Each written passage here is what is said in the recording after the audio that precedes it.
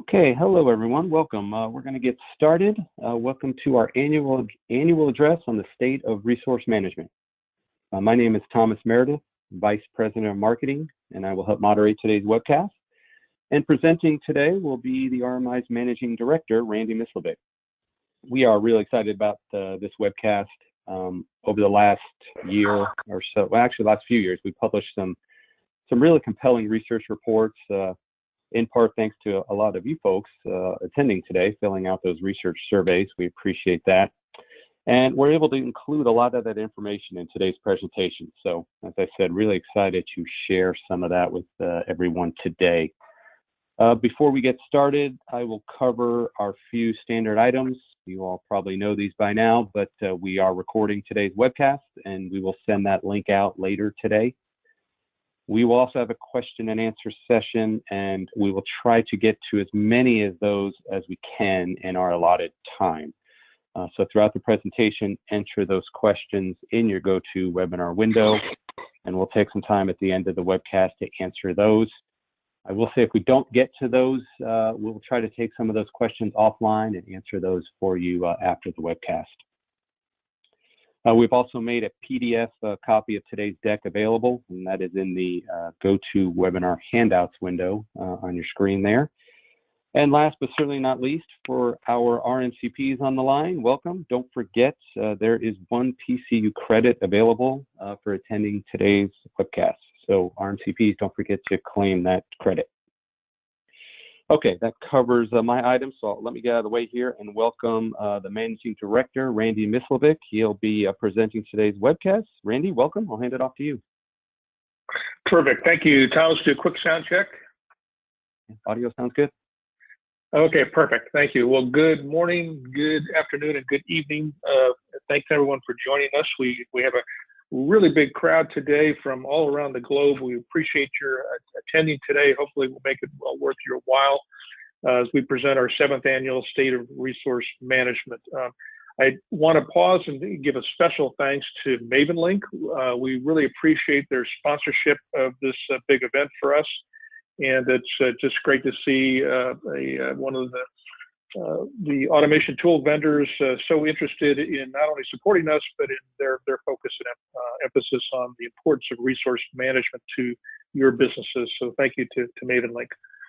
So with that, I'm going to move us along here a little bit. And what I'm going to be talking about today, I'll just give you a very fast rundown about the RMI and some context setting in some perspectives on resource management. And then I'll dive into the meat of my presentation today on observations, research, and best practices with some updates since the last time we did this broadcast. The tools you can use, I'd really encourage you to hang around for a few minutes for that. We've added a lot of new tools to our tool chest and that you can take advantage of as a member of the RMI, and we'll do a quick wrap up. So for those of you new to us, we are an institute dedicated to the advancement of resource and workforce management thought leadership. And we do that in a lot of different ways. Best practice definition and development is probably the biggest effort that we have that shows up in our market research and white papers, our certification program that many of you have attended, and certainly various events like this that we do. We're working hard to build a community of interest, and I'll show you some stats later, but the community is really large and growing, and we appreciate, again, your continued support of the Institute. We are over 725 member companies strong now at the Institute, with 124% growth since 2018. So we're just, and I'll show you some dynamics of the growth curve we're on, but exciting to see that so many people are getting interested in the domain of a discipline of resource management. And we ran an annual event. For those of you not familiar, we called the Global Symposium. We ran our first one in 2018, our second in 2019. Had great draw, and unfortunately we had to cancel our in-person event in 2020 We did reschedule it to September of this year. I'll talk about that briefly at the end of my broadcast here today. We serve a wide variety of human capital intensive service providers that are doing project-based work like professional consulting services, enterprise IT groups, product development, marketing agencies, field services. We're seeing a lot of interest today from legal firms, tax audit firms, aviation, construction, lots of other industries. So we're serving a lot of different communities who are all focused on these four big problems: project performance, with failure rates still running in the 35 to 40%, where your projects are for some reason not running on time, on budget, or with the right kind of quality. Why is that happening? And we'll argue that resource management is likely a contributor to that in a pretty big way. Utilization, what business that's in service business doesn't care about the efficient use of that human capital? And of course, when our projects go wrong because we couldn't get the right person in the right place at the right time, our customers are generally not happy with the impacts it has on our projects. And then last but certainly not least is resource management holds some of the answers to better employee engagement and employee satisfaction. And I'll talk about that in this broadcast as well. So, and then just quickly, if you haven't been to our website, you can, the great news about the RMI is you can just hit the join button in the upper right-hand corner there, and you can join for free. Just give us a little bit of information. You can opt out at any point in time, and it gives you opportunities to collaborate with us in events like this, to get educated through a variety of ways that we communicate and educate our membership, including our world-class certification program. And then lastly, the opportunities to innovate with our various tools, market research, and other things that we do to help you with benchmarking your organizations and growing and developing your resource management capabilities. So with that, I'll provide some context for my content today, and I'm going to really be focusing on 5 things that I think are really important relative to both best practice and trends. And, the context that I want to provide is simply that, in our, most of the people on this broadcast today operate a people-intensive service business. And as we know, when you're bringing together a software product with a hardware product or industrial products, and you're trying to make those useful to your customers, services is the glue that brings those together. And that's why 3/4 of our businesses and our service spend is on labor. Therefore, makes sense that I would want to spend time about how do I get the right person in the right place in the right moment in time, and keeping the supply of people I have in balance with the demand that I have for those services in my business. But yet, for all that, 35% of our projects continue to fail at some level relative to cost, quality, or timeliness. Now, we have, and you'll see me refer to this numerous times in our broadcast, is we do an extensive amount of market research as it relates to resource management. And you can go to our website. It's free to download these things. We're running surveys every quarter. We have one running today on resource management offices. If you haven't inputted, we'd love your input and demand. It takes less than 10 minutes to take these surveys, and you get the data back for free to help you benchmark your operations. But this is a report we've been tracking the biggest inhibitors that you're running into in your businesses, and these are the 3 that we talk about. The availability of skilled resource managers. As the discipline's growing, these people are getting harder to find because there's great demand for them. Process tends to get in the way, but we're making some progress. We're hoping to see this number improve more than it did from 2018 to 2020 as more people move toward industry standardization with just-in-time resourcing as a process solution for resource management. And then automation tools. The great news is the tool vendors are listening to you, they're listening to us, and we're doing lots of research in this area as to where those tools are falling short for you. And you're giving us lots of input on that, and I'll show you some data there, but the tools are definitely getting better. Not everybody committed to resource management yet. It's surprising, again, where if 3/4 of your service business costs are tied up in labor, why more people in the C-suite don't see resource management as strategic to their businesses. If you attended our RMI Connect event last September that was done virtually, that replaced our our in-person symposium, we had a ton of content on the strategic value of resource management. You can go back and watch those recordings of that content. But a lot going on there that gets in the way. And one of the things that, process is a big part of this is the just-in-time resourcing clearly growing as an industry solution. We have hundreds of firms that have adopted the process as a way to make this the effort of building a process, kind of taking that off the plate. We give you a process that you can, modify or tweak to your particular needs. It's documented and there's standardized training around it.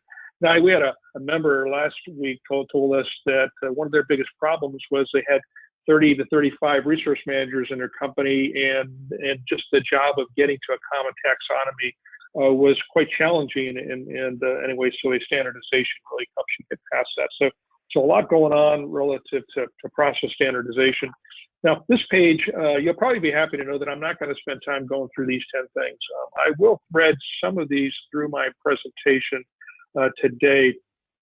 This is probably the 10 most important best practices that we've developed and talk about from the Institute, but there are certainly many, many more.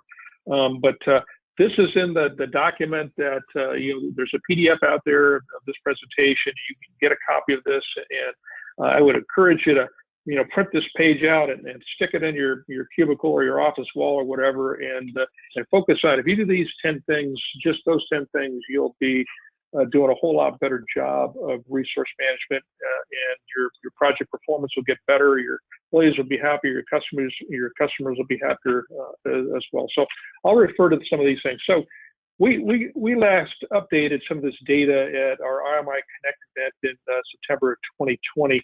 And so from here, I'm going to talk about things that's new information that hopefully will be helpful to you in your resource management operations in your company. Now, our research, which we've been conducting now since 2016, you can go out there to our website, go into the Insights tab, and you'll find a library of our surveys out there, and you can get access to, I think there's 12, 13 research reports out there, and we're generally pumping out 4 to 5 a year of these research reports. But today we segment the data by professional consulting services and marketing creative agencies that are both serving external customers and those that are serving internal customers like enterprise IT organizations, shared IT services, product development. But we are not limited. This data is very applicable to if you're in field services or legal and accounting firms, construction, aviation. You will find lots of data to whether you're serving internal customers or external customers. It's very relevant to you. So the first observation, I'll go through this at a fast pace, and but again, you'll have a copy of this too. So hopefully you can take notes as you want to as we're going through this. But first observation is the discipline and the convention of the resource management office and a profession of a resource manager office. Resource managers are here to stay. I'm going to show you some really great data about how rapidly this discipline is growing, because quite frankly, organizations are realizing how strategic resource management is and the benefits of getting better at this. So I stood up in 2018 at our symposium, and I talked about 5 future megatrends. And I'd like to come back at these because it does show a little bit about our insight into the marketplace and where things are going. But I talked about the construct of the resource management office and how rapidly I thought that would grow in organizations. And, data doesn't lie. And I'll just pick these 2 examples out for professional consulting services. Again, big growth of organizations that have adopted resource management offices as a construct to build their RM capabilities, much as organizations built PMOs for project management capability. Enterprise IT, big jump, and we've really seen, and we see the activity people, the calls we're getting from enterprise IT organizations that are realizing the importance of not only having a PMO but having an RMO. You can see huge leap in just the 1-year time frame relative to the adoption of resource management office. constructs in their organization. So, by the way, we've got a survey going on right now. If you're going to build one of these or you have one, you're looking to make it better, take the survey. It's our second survey on RMOs, and you'll get the research report to give you great benchmark data. So when the boss is asking about how much should I be investing and how big, and ratios of coverage with resource managers and all those things we all have to do, you'll find great benchmark data in this report from us. When it comes to PSA or PPM tools that most of our members are using, about 3/4 to be precise, when they're looking for functionality, this is leading the list. Resource management on both sides. We're seeing this in agencies, we're seeing it in product development organization, enterprise IT, PS, construction companies, other organizations. We're seeing resource management people have definitely realized how important this is to getting better at project execution, managing utilization, driving labor costs down. So it's at the top of everybody's buying list for those that represent PSA or PPM vendors that are listening in today. Is hopefully you'll continue to see this. We're in a hockey stick as far as growth. Our first year out, we got 38 companies to sign up and listen to us, and you can see the growth of that over time. But we just checked a few days ago. We were at 725, and we think we'll be at 800 to something greater than that by the April-May timeframe, and hopefully 1,000 by the end of the year. But clearly, people are tuning in to the RMI as a place to get good information about resource management. So I promised you that I would thread some of those best practices into this presentation. So 3 takeaways from this first observation is, if you agree with me that everybody's buying into this discipline of resource management, is the 3 things we tell you to do right out of the gate is get a documented RM process, whether it's ours or somebody else's. Those 6 things, and that just-in-time resourcing wheel I showed you, you're going to have to do those 6 things. We've been at this a long time, and at some level, you're going to have to do those 6 things that were on that just-in-time resourcing wheel I showed you earlier. Build a process, preferably acquire one and tweak it. Build a resource management office, that'll be dependent on the size of your organization, and then invest in resource managers, with both training and career paths. And those 3 things will help you along in your journey to better resource management. Okay, observation number 2, automation tools are essential, and the industry landscape for tools and how they're being used is changing rapidly. Well, we're obviously big process bigots, but we know that you can't run and enable a good resource management process without a good automation tool. And so we're big believers in get the very biggest, baddest, and best, and stay on the front end of the technology curve, because a lot's changing here. So we've run a survey. This is actually our 3rd survey that we ran in the 4th quarter of last year. But just show you some comparison from 2018. The great news is the tools are getting better, so user satisfaction is going up. Spreadsheet use, which is still far too prevalent, is going down. So we're delighted to see that. And the research data shows where that's going if you want to look at the details from our website. And then clearly, many companies are realizing, okay, I got to toss out the old stuff, buy some new automation tools. So the market right now for new PSA PPM tools is really hot because the tools have gotten a lot better and more capable. Now, I'm just going to show you here when it comes to digital transformation. I mean, the whole industry is talking about digital transformation in lots of different ways. We certainly are as well. And this is a PSA example. It could very well have been a PPM example up here on this page, because the elements would be a little bit different, but not dramatically. But on the left-hand side of that page is, unfortunately, where about 25% of our members still are. They tend to be the larger enterprises where making technology changes tend to be more complex, more difficult, more expensive and things. But most organizations are sitting somewhere here in the middle where they've bought a mainline PSA PPM tool to run their businesses, where those things that you see in that circle are integrated into a single organization. Now, for those that have, about a third of you still aren't happy, and 70% of you, unfortunately, still are supplementing these things with spreadsheets.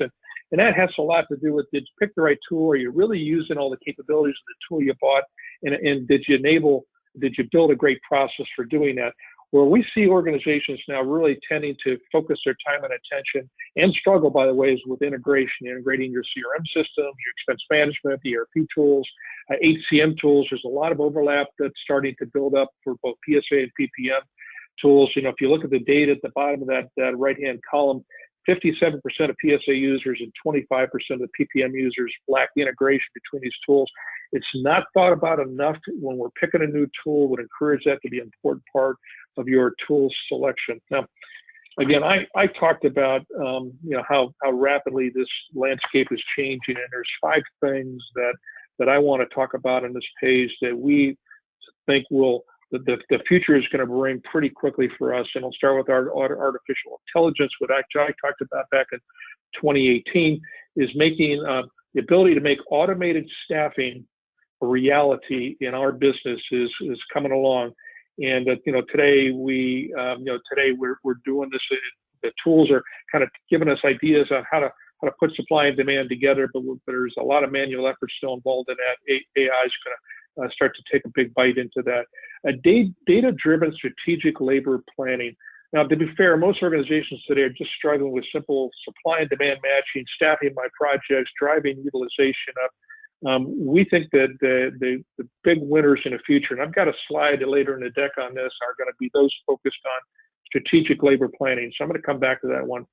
Reporting capabilities. When we get calls at the Institute about people concerned about their PSA or PPM capabilities, this tends to be near the top of the list every time. I just can't get the data out of my system that I want. So obviously, we know that the vendors are very focused on how do I do a better job of serving up actionable data to the user. Data-enabled micromanaged RM metrics. Again, I've got a slide on this later. I'll come back to that. But again, today's organizations are focused heavily on supply and demand balancing, utilization focus, and just staffing our projects. In the future, we think organizations are going to get really smart about this really data-intensive environment and start really micromanaging labor cost per hour, the locations where I'm doing the work. And I'll show you some examples of these in a minute, but there's going to be big movements over the next 3 to 5 years in this area. And the last thing, a gig marketplace integration. Those of you who are not familiar, there are quite a few vendors out there that are offering these gig marketplaces where you can supplement your staffing with gig workers who have agreed to terms, conditions, things that you specify, and that you can bring into your environments on short notice for an agreed upon price and terms and conditions. And we think that's going to be really big. The question is, how integrated will they be into the just-in-time resourcing environment and your automation tools? And but I'll come back to that. This is going to be real big in the industry. It's going to be very relevant to, we believe, most of our members. So if I was to pick off one thing out of those 10 best practices we would tell you to do, if you're picking a tool, you should focus on use case driven selection process for your automation tools. Is force the PSA or PPM vendor or RPM vendor to show you how your data is going to work in their solution, your workflows, so you can see how the thing reporting works, how easy it is, how well it integrates into your other environments. Is really force that discussion and really think through your requirements. You know, we have our parent company, RTM Consulting, has a business called PS Digital, and we do a lot of work in that space. And this whole requirements planning area and getting to use case driven selections really important for you to get it right on the outset. Okay, observation number 3. Now, I'm going to beat on this point that I continue to talk about pretty much every time I get in front of a group, whether it's in a virtual setting or looking forward to getting back to see people in person again once the pandemic is tamped back down. Forecasting is just the number one reason that companies continue to struggle.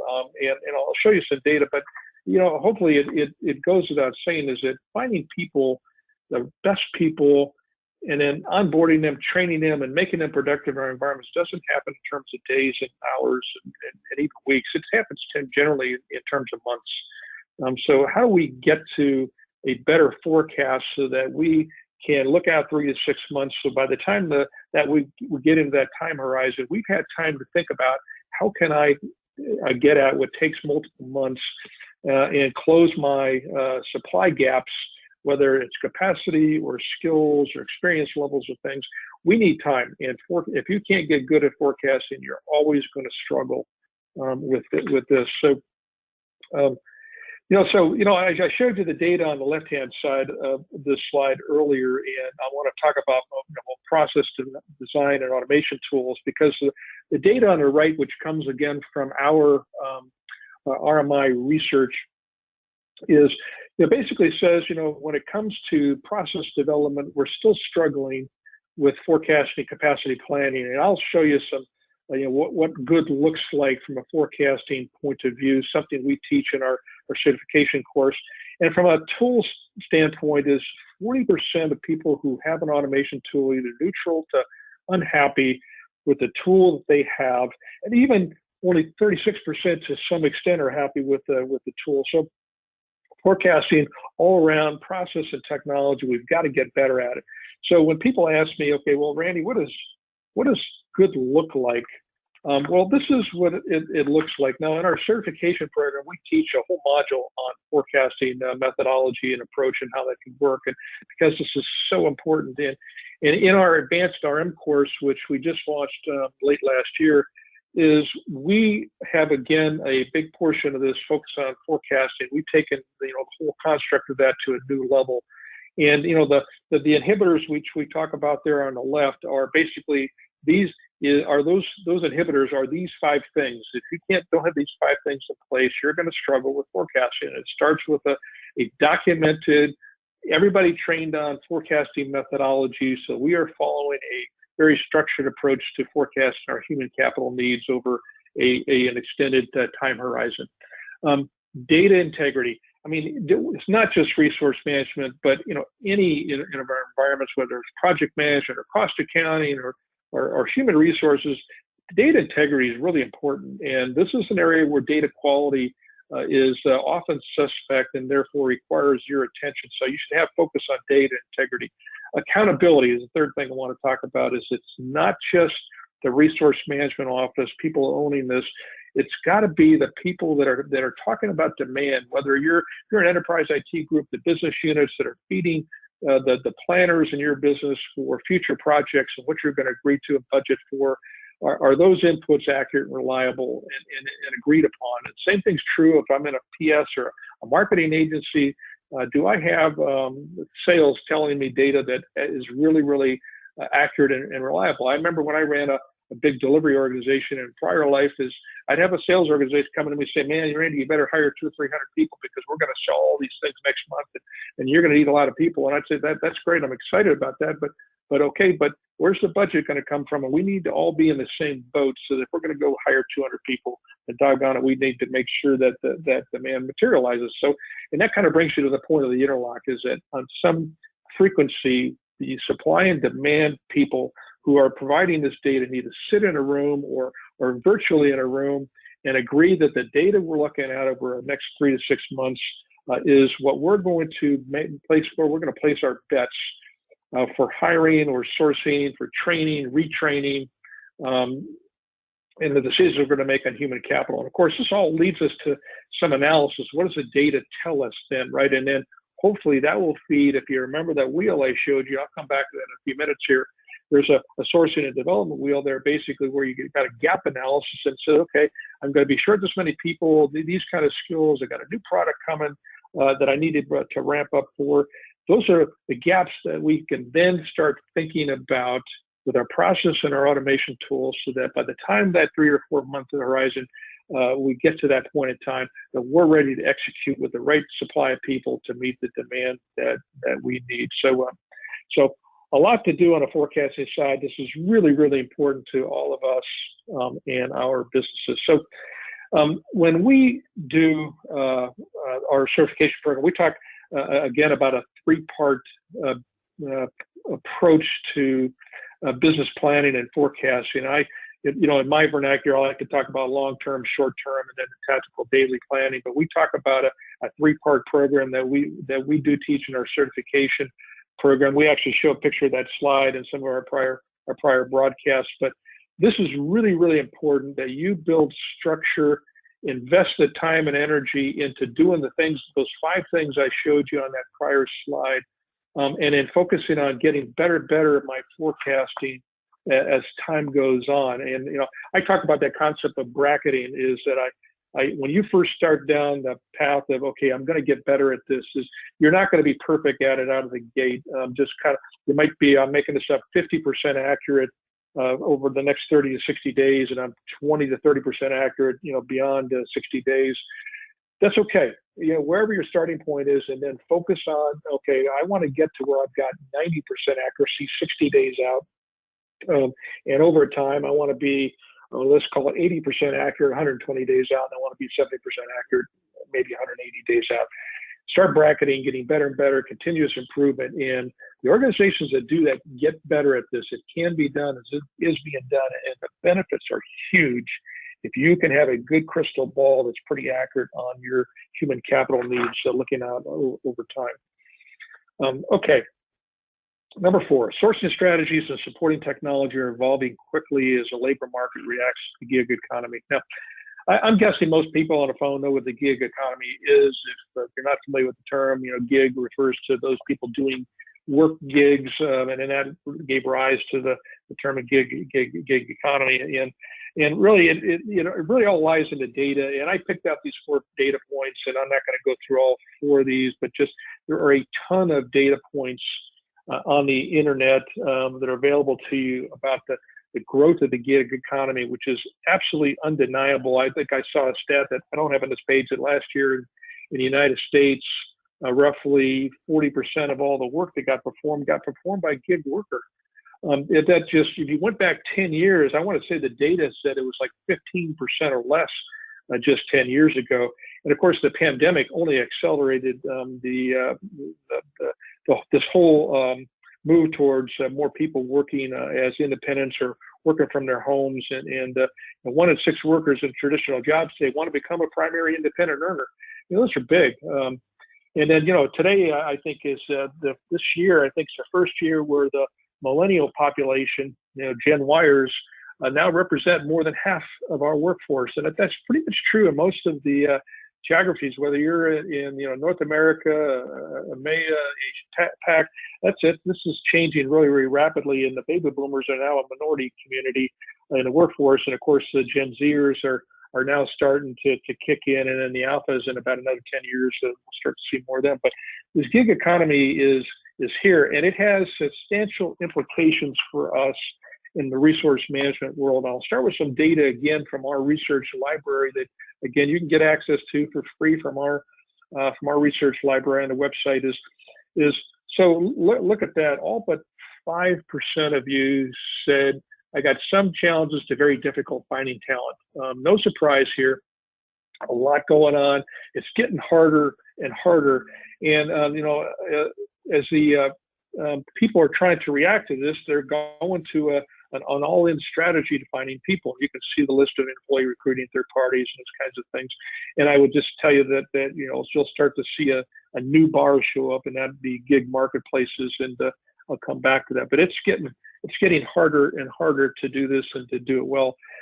Finding good talent takes time. If there's nothing you remember from this broadcast, this is one I hope will really sink in. Is that most of you know this is that it takes time to find employees. 8% of the time it takes you 61 days or longer to get somebody to productive. And even on the third party side, it's taken longer than a lot of us would like. And unfortunately, when we reach into that third party marketplace, sometimes while it can be faster, it can be more costly, and it has onboarding challenges, quality challenges. And I'm not suggesting, we think that a third party, having a peak load strategy should be a part of every resource management process, but it has implications as well that have to be considered. So really, really important for us. Automation tools should be your friend, but our most recent research says 55% of you say my tool's still not cutting it relative to what if projections, to be able to give me granular views of employee versus third parties, and breaking me from spreadsheets and those sorts of things. So anyway, so really important is don't let a tool vendor tell you that the tool is going to do it all, because we've been at this, the Institute for going on 5 years, and our parent company for 13, 14 years. Is you need a great process here, and you need to enable that process with a great automation tool. Those things work together here. And I talked about forecasting earlier, so really, really important that you focus on getting that right. By the way, I do see a lot of questions coming in. I do intend to take questions at the end of this, and there's a bunch of them in here, and I'll try to get to as many as I can, but I'll save time.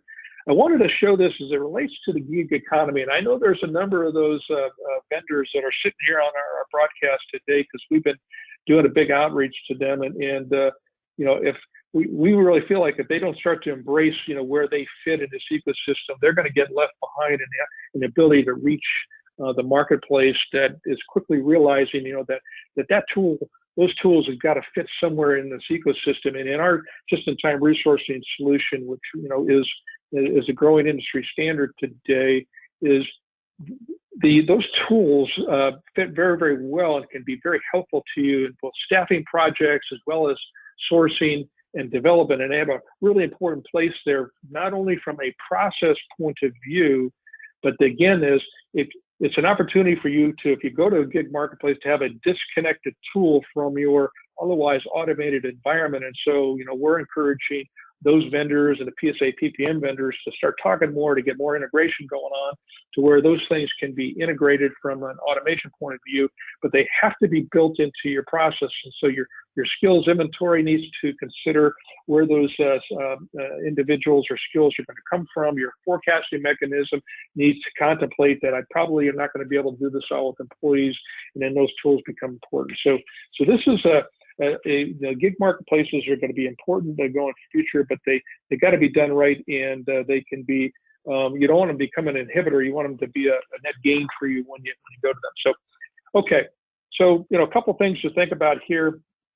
I talked about number 7. From our top 10 best practice list is use case driven selection process for your PSA PPM tools. Can't stress that enough. Don't buy the fancy demo. Make them use your data, show you how it's going to work in your workflows, and that really helps you cut to the quick, making a better buying decision.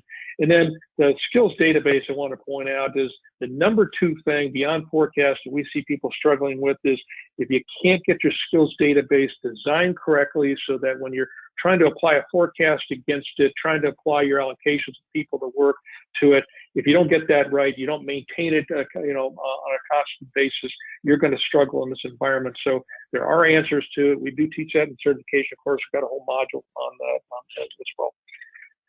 So I'm going to go to the observation number 5. Really an important one as well. And it is, I'll start with, the winners of this battle are going to be those who conquer how to collect, store, validate, analyze, and put RM data to work. I've been in the tech industry my whole career, and I've never seen a more data-intensive environment. There may be some out there, but at least in my experience, so this is a very heavily data-intensive environment, and the winners are going to figure out how to conquer that. And I stood up and told the audience at our symposium in 2018 in Dallas that comprehensive data analytics and artificial intelligence are going to be the next big thing for PSA, PPM, RPM vendors. We're definitely seeing that's where they're going with their investment in their product roadmaps. So, data quality integrity, I've mentioned this before, really, but we see this as a struggling point is wherever your data is coming from, there needs to be accountability to that, the quality of that data. And if you're in an environment where you've got multiple applications feeding data into your PSA or PPM system, you really got to think this through, because the duplicity of data and then correlating it, shifting out which should be there becomes a big issue for organizations. So, and then, how easy is this? Serving that up, I mentioned earlier, is, the biggest complaint we hear from people time to time is that I just can't get the data that I want out of my system. So now, I've talked about strategic ledger planning, and we teach this as a part of our do advanced resource management course, but I wanted to focus on this for a moment is if you're collecting this data and you got good data and you got a data warehouse with this information, you can then start to create a better view of your future, a better identifying your gaps, analyzing the past use of your labor. And I'm going to give you a very specific example of what I mean by this. Then you can re-optimize how you're thinking about acquiring your supply of human capital, aggregating resource needs so you get better deals when you're going outside with vendors, third-party suppliers. And then, by the way, encouraging competition for your work. And that could be through the gig marketplaces, through your interactions with your partners or whomever. But forecasting is going to be really, really critical if you want to be a winner in this particular area. And so strategic labor planning, really it's all about data capturing, correlating, analysis of that data, and then putting it to work. And you're going to need some analyst capability, by the way, in your RMO. It's going to take the data, look at it, figure out what it tells us, make sure the gig worker model is incorporated into your sourcing model, and start thinking strategically for the long term. Now, these are just some examples of optimizing. Again, most people today are just focused on supply and demand balancing, utilization, staffing the projects. We think the future really belongs to organizations that can do those three things, which are kind of the meat spin. But you're going to be able to get more granular about how am I doing on skills type and experience levels of people I'm putting on projects. Am I overskilling my projects, underskilling them, putting too much cost in them? Maybe I'm not investing enough in those. Do I have the right capacity? Am I requiring these people from the right location? I mean, let's face it, while we certainly learned how to operate more virtually, travel is going to become part of our life again in the future at some point in time, and it'll be another dimension of our planning. And then, contractors to third parties. So this is all really, really important stuff that we should be doing. So those are the 5 things I wanted to talk about. Now, I hope you'll hang in here because there's some really cool stuff I want to talk about, and I'm going to try to answer as many questions as I can. I got some really interesting things people have asked me here. But if you haven't been to the website, I would really encourage you to do this. This stuff, if you join the thing and get in behind the firewall, most of the stuff's free. And the research and white papers I've talked about, the Power Up webcast, which we do topically every quarter on some topic. And a lot of times we have guest speakers for those, some great topics. But we introduced last year an RM maturity model, which we're getting tons of demand for. We see all the downloads for people looking at that, kind of get a view of where am I in the maturity curve for resource management today, so I kind of know where to go. Self-assessment guides, if you're in the PS, marketing agency, enterprise IT, or product development organization, we have a self-assessment guide specific to you out there that you can simply score your organization, kind of get another view. It's kind of like another way to do a maturity model, but just from a different approach. But you get a sense for where you are in the maturity curve. We've got a great utilization calculator out there, and we got all kinds of collaboration tools, events, and things. So all free to our members.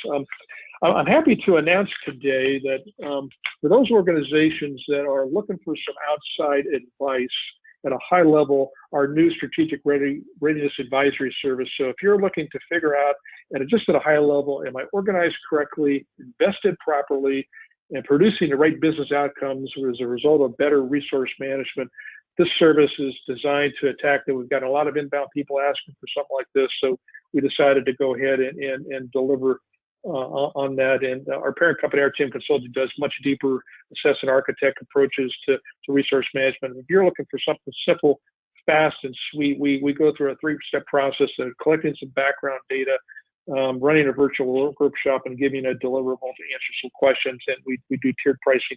You can go to that URL that's on this page and learn more about that if you have an interest in that service. So, all right, let me wrap up and I'll take some questions here. So I've mentioned through the course of these 4 things what all of you are struggling with at some level. And, when it really comes down to it is building a good process, getting the right kind of education, and then getting some stability on our resource management office workers is really important to us. So our certification program, which is how we pay our bills here at the Institute, is a first of its kind professional development program for resource managers. And when you go through the program, you get to learn best practice, you gain access to a resource library, You get to collaborate with your peers, and you get a copy of a robust commercial grade resource management process that you can then tweak.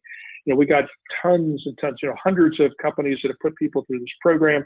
And, some of these cases, these organizations put 10, 20, 30 people through the program. And so they can get to a common standard, a common taxonomy and things, and do it quickly from the world's leader at resource management. The program comes in three flavors.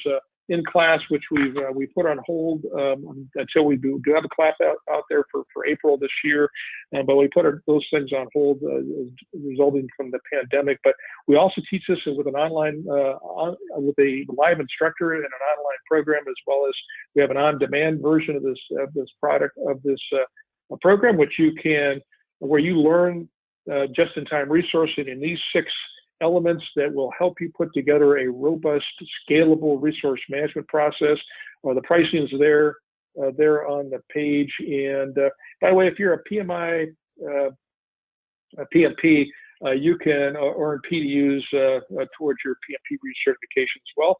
I'd also mention, by the way, for those of you, not only get a nice certificate, but we also now offer digital badges through for those of you familiar, these Credly Acclaim platform for people going through our certification program.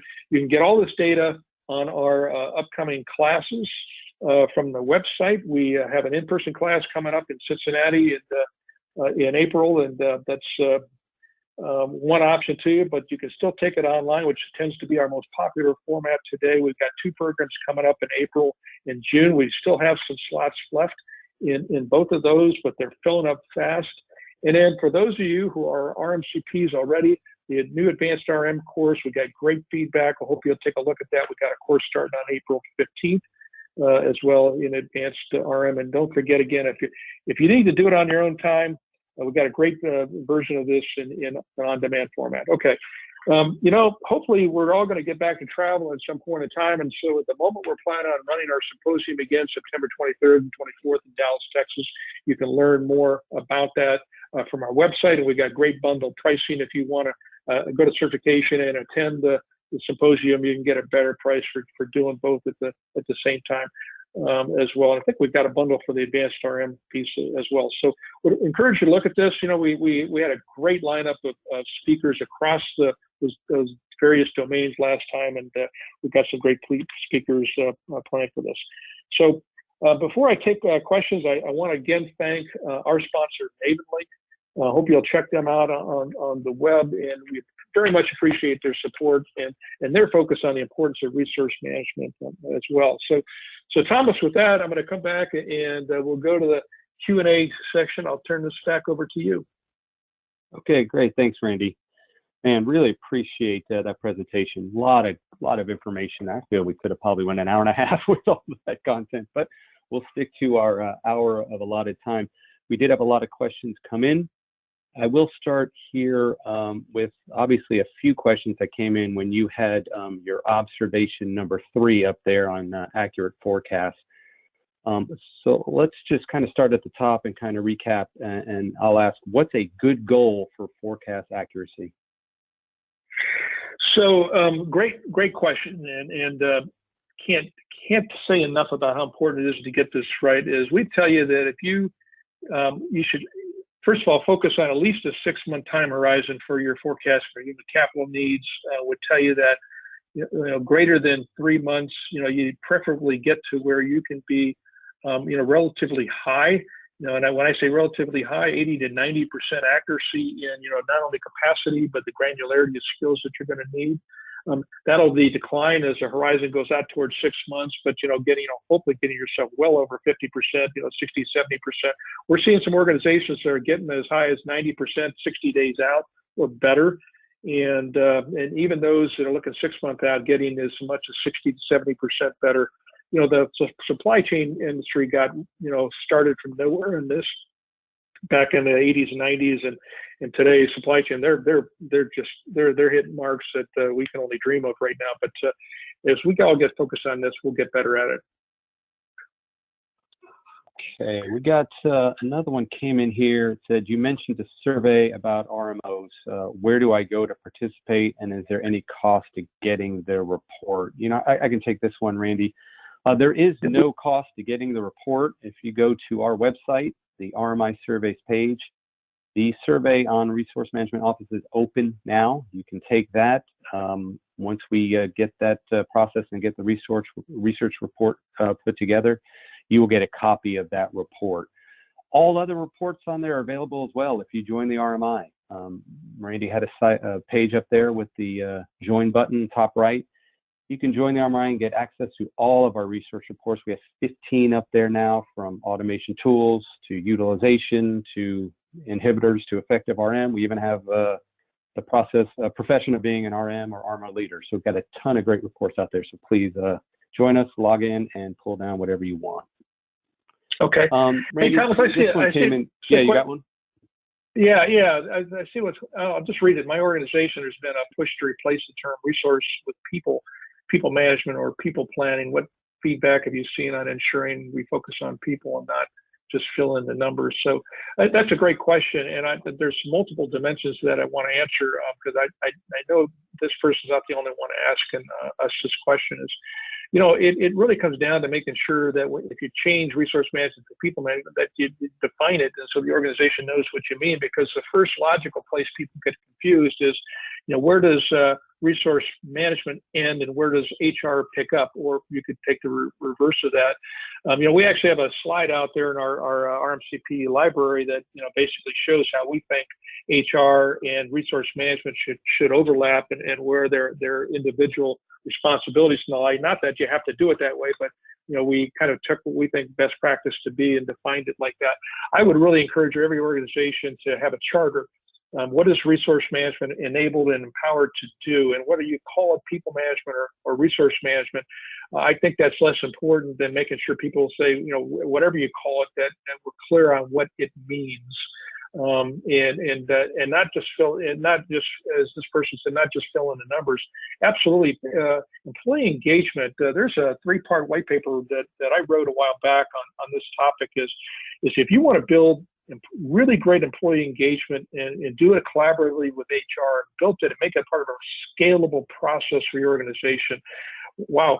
Just-in-time resourcing and employee engagement go hand in hand together, and that's very much a people planning thing. But basically says, how do I make a better connection of not just filling in the numbers and doing what's economically best for a company, but if you believe taking care of people leads to better economics, then employee engagement and getting people more the kind of projects they want to do, the kind of work that they want to do, is important, and a good scalable just-in-time resourcing process can do that.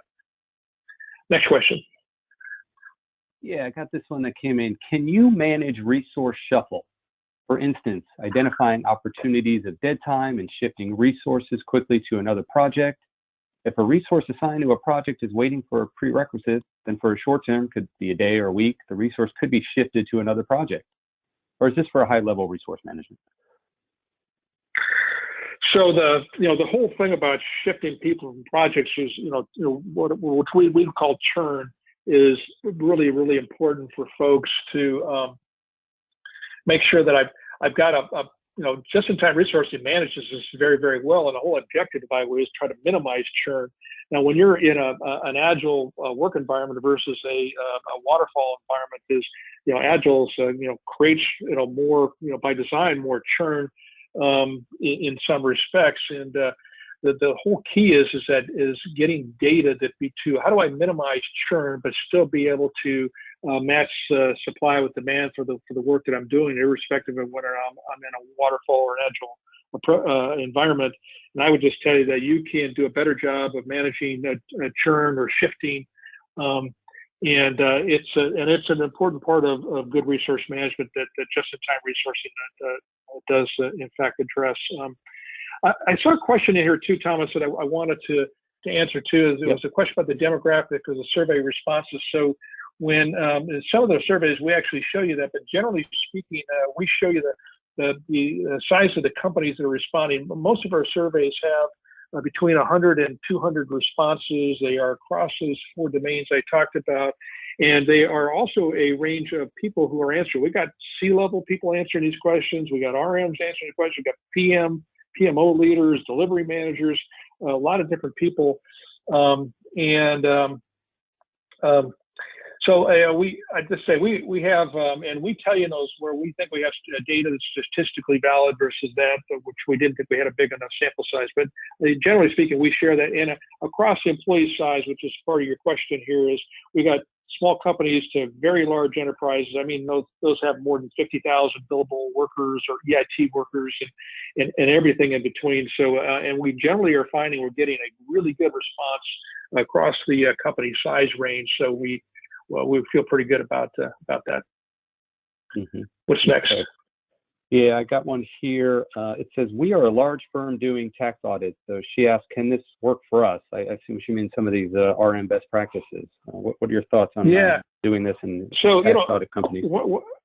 As we've been tracking new members, is one of the biggest growth areas we're seeing new members coming in. Getting a lot of new marketing agency folks coming in, but also tax firms, audit firms, legal entities, and if you think about a tax audit, and because that was the nature of this question, tax audit is just a project, and just how many projects and the size of those projects is what's different between you and call it a software firm that's delivering software, but they're still projects. And this process and some of the tools that are available to help with this are very appropriate and applicable. And there are tools that are specific to resource management in a tax or legal environment. We're quite familiar with those tools as well. But I just tell you that the process that we talk about here is equally applicable to those environments. What's next? Here's a good one that came in. Is there an influx of talent in the market that could influence the acquisition of talent due to COVID? For example, lots of people lost jobs due to small business closing. Will this have a positive or negative impact on staffing? What are your thoughts? I'm rereading the question to make sure that I've got this right. Is there an influx of talent in the market that could influence the acquisition of talent due to COVID, for example? Lots of people lost jobs. So, it's a great question. I don't think I have the data to answer that question and say I know for sure. I talked earlier about the gig marketplace, and definitely there's a surge of people going to who lost jobs or looking for any tools. I think that was one of the stats I provided, that people looking for other digital platforms they could make themselves a part of to try to find a job. So my gut tells me I think that the answer to that question is yes, and I think it's in a pretty big way. Relative to positive or negative impact on staffing, if you haven't considered how you're going to those two things I pointed to in a jitter circle, staffing and allocation work, projects, as well as sourcing and development, and really thought through the impact of the gig economy and what the pandemic did to accelerate that, you're going to find yourself in a very chaotic environment really quickly if you're not already there. So that's why we're really made an important part of this broadcast today, that this is coming. It's going to be big. You have got to take a really good look at your process that, by the way, we've already kind of thought through for you. If you come to the certification program to learn about that, but in any case, be thinking through that. And then how do I hopefully integrate that capability into my tool strategy, so don't create yet one more disconnected technology that's going to make it, all the data quality problems and all those things I talked about earlier. Mm-hmm. Okay. Got another one here on key inputs in forecasting. We consider estimates, actuals, resource skill. What else should be considered? Estimates, actual. Okay, so I would tell you to go back to the page that I had in the deck that was on forecasting, and I talked about 5 things there. Having a methodology, accountability, focus on data quality. The construct of the interlocks are really, really important, and then of course the analysis. Estimates, actuals, resource skills, all fit into those 5 things I talked about, and then a question comes up is how granular do I want to be with those things, and there's not a perfect answer to that, but I'd actually go back to that as well. And by the way, we take you a deep dive in this in both RMCP as well as advanced forecasting, advanced resource management. Okay, Randy, I got us right at the top of the hour. There are a few left, but I said we'd stick to our allotted time of an hour, and I want to do that. I know you guys got to get back to your work lives. But I want to thank everybody on the line for joining us for this State of Resource Management webcast. It's our biggest online event of the year, so grateful for you guys to come. And Randy, really appreciate your time in presenting this material today. I can't thank you enough. Thanks everybody for attending and your interest, and hope you have a great day.